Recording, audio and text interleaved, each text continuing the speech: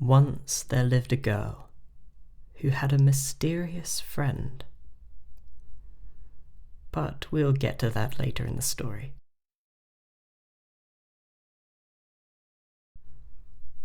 This girl lived in a little seaside village with small, cobbly houses where none of the walls are straight and the rickety doors are haphazardly hung in their frames.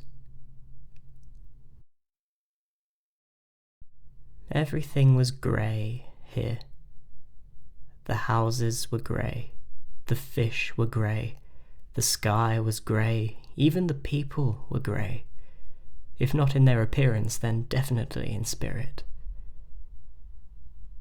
It was a tight-knit community, although only in the sense that everybody knew everyone. How much they actually liked each other was, well, up for debate. They all took a little too much interest in each other's business, as there wasn't much else going on, and, as I said, they were a grey sort of people.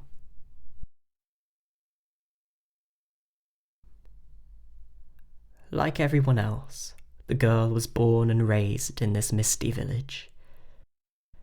Unlike the others, she didn't have a problem with anyone. But then she was young, so everyone was still nice to her. Or at least to her face. Though I don't think she would have cared much about what they said behind her back. A remarkable gift she didn't realize she had. But this girl was a bit of a hermit. She didn't have any friends, but she was fine with that, and not once did she feel lonely. She was quite happy in her own company.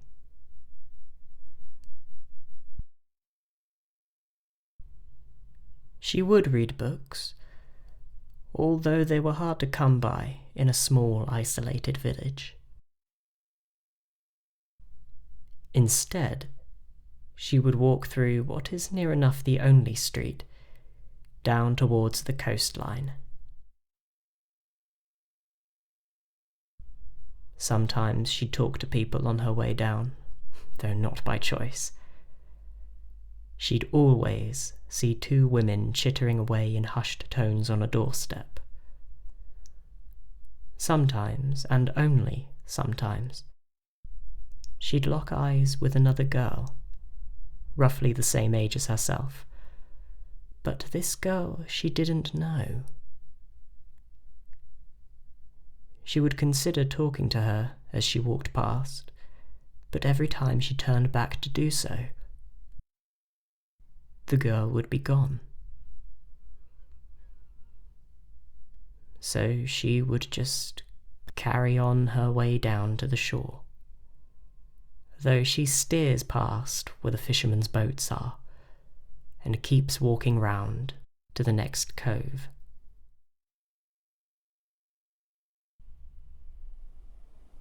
She likes it here. It's a little gusty sometimes, but it's a space she can be on her own, and be her completely, unapologetically, unfiltered self. She can be as weird as she likes, where she can sit on the grassy bank with her feet in the sand, overlooking the vastness of the ocean. Getting up every now and again to skip stones or dance in bare feet as she paints swirling shapes in the sand, with the grains flowing between her toes. Where she can sit and breathe as the wind wafts in only the freshest of air.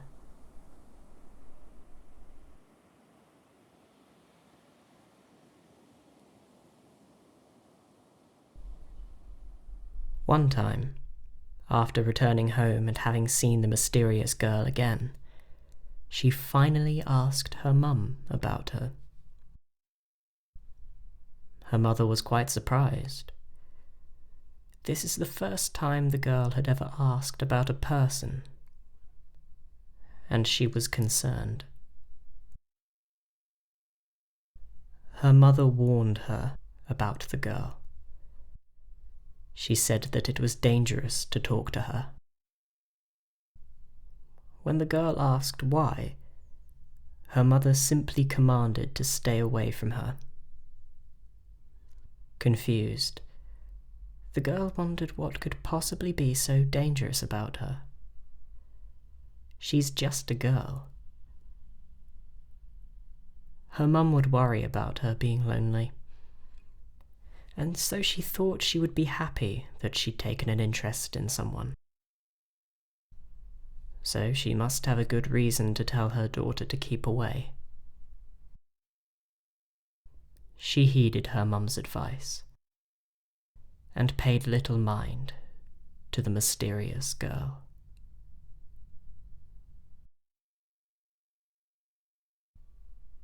She didn't see the girl after that.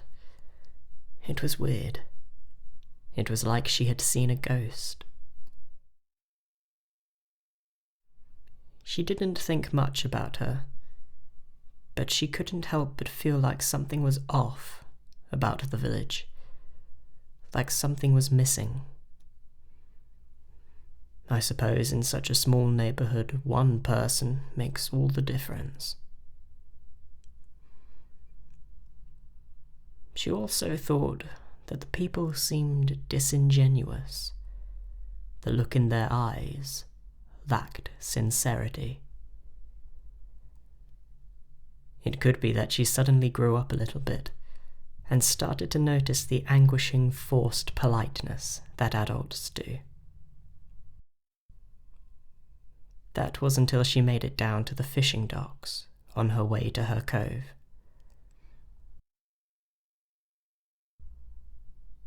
A fisherman approached her. Though she was a little annoyed, and probably could have done a better job hiding it, she was intrigued, this time, by what he had to say.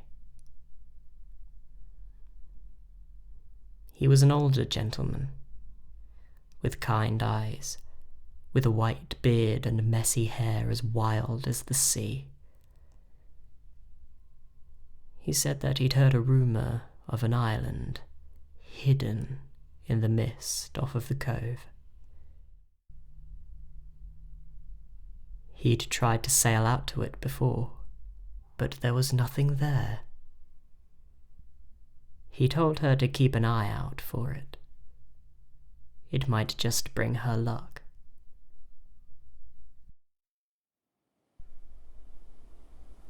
With a flame of imagination sparked in the girl's mind, she sat on the grassy bank and peered out to sea, wondering where this magical island could be, and what kind of creatures live there. Thoughts and ideas were swelling and crashing like the hoary waves before her, when suddenly it all stopped. Her mind was cleared. The waves were just waves, as a sensation overcame her. A feeling of being watched. It's strange, isn't it? Even when we're sure we're alone, we still get this feeling. Like a lingering power passed down from when we were still one with the world. The girl, in hopes to quell this sense, which felt like two pencils being gently pressed against her back, looked over her shoulder. It was the girl from before.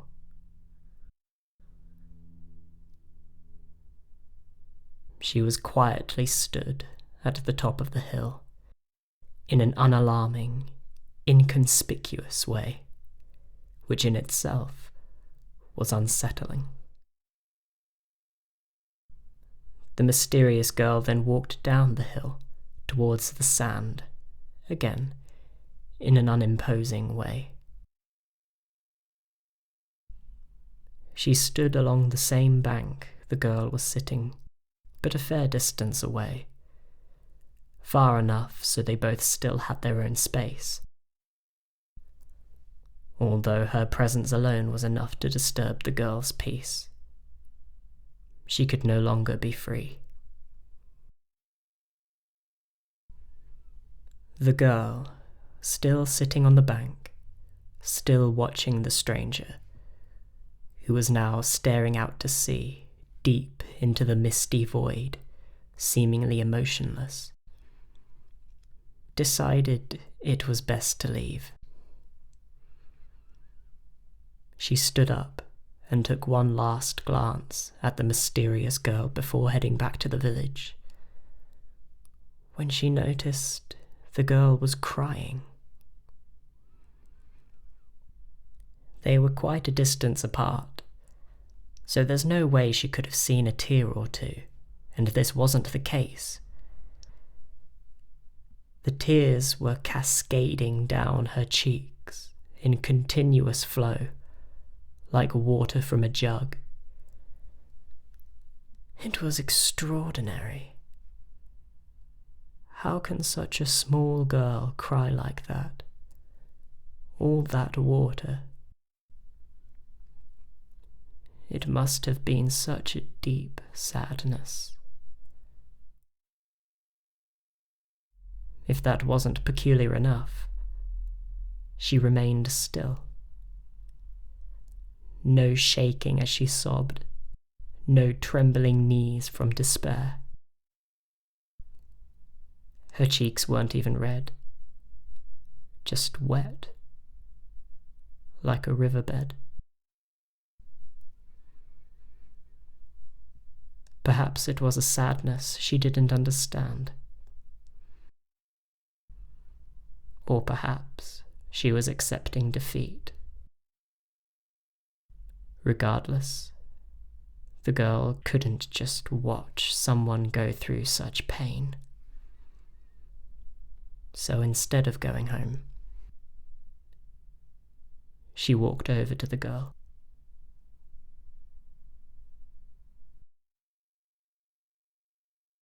Now an arm's length apart, the girl realized she didn't know what to do now. She didn't know what to say, if she should touch her. She didn't know why she approached her, only that she couldn't watch. She remained silent in hesitation, as the mysterious girl turned her head to face her, and life returned to the crying girl's eyes.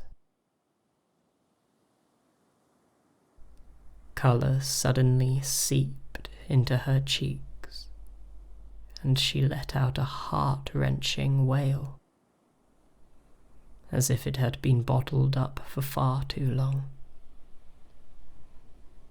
As she dropped to her knees, collapsing at the girl's feet.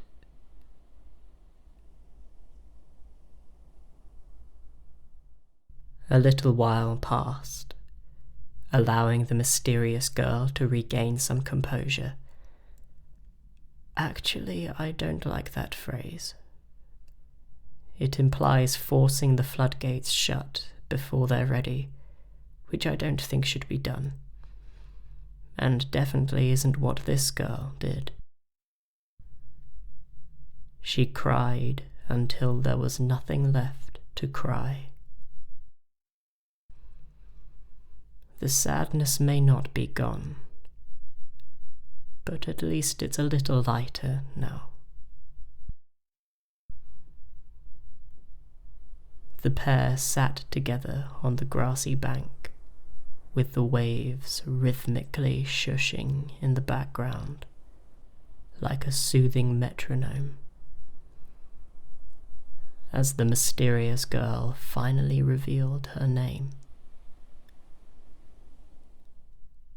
Kelsey. "No one has been this kind to me," she said, Everyone here has avoided me and is frightened of me, but I've done nothing wrong. The girl, who had remained silent this whole time, wondered why this strange girl was confiding in her.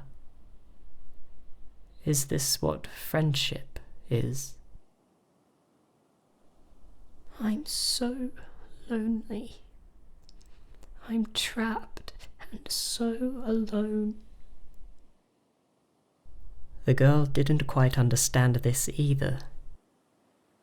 Despite being mostly alone, she didn't know what loneliness felt like. To be honest, she hadn't really considered whether or not she might be lonely. But what she did know is that it was obviously very painful to Kelsey,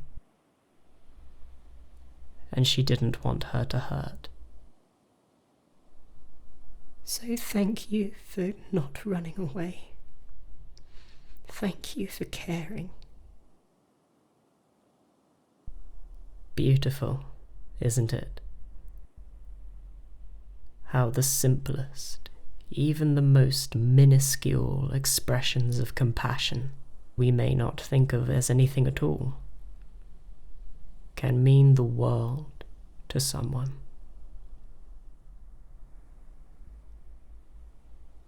Now, something I'm sure you might be wondering is, why were people scared of her?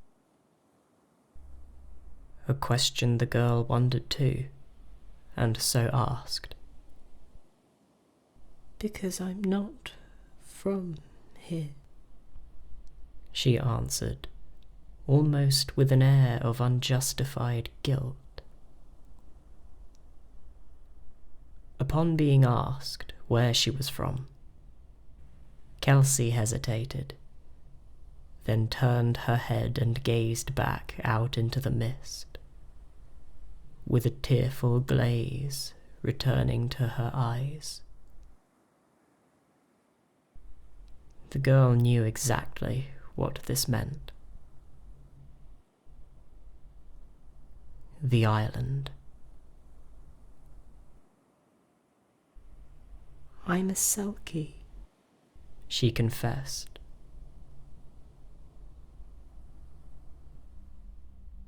In case you weren't aware, Selkies are seal-like creatures that live in these parts who have the ability to shed their seal skin to take the form of a human.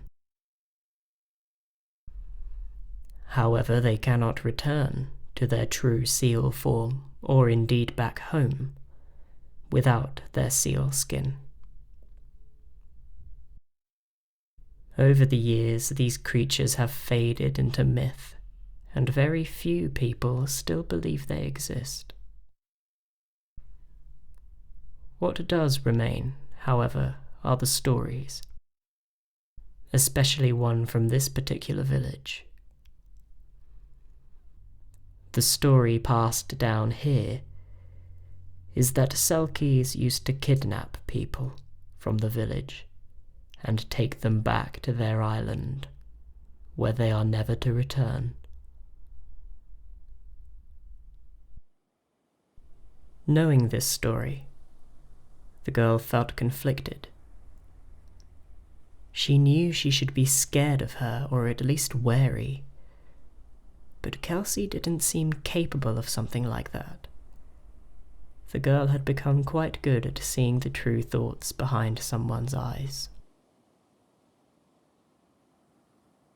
Kelsey just wanted to go home. It's not true, Kelsey exclaimed, having seen the girl deep in thought. I've heard the stories they tell about us around here, and they're not true. None of us would do something like that, at least not anymore. Sure, many generations ago my people may have been standoffish towards humans, but that's because we were afraid. We understand you now, and we're fascinated by your way of life. Please, don't leave, she exhorted as she clutched the girl's sleeve, although only briefly.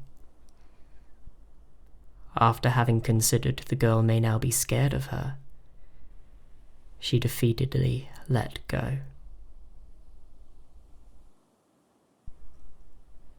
The girl grabbed Kelsey's hand. She believed her. She was a good judge of character, after all. While she couldn't promise they would, she said she would try to get the rest of the village to believe her too.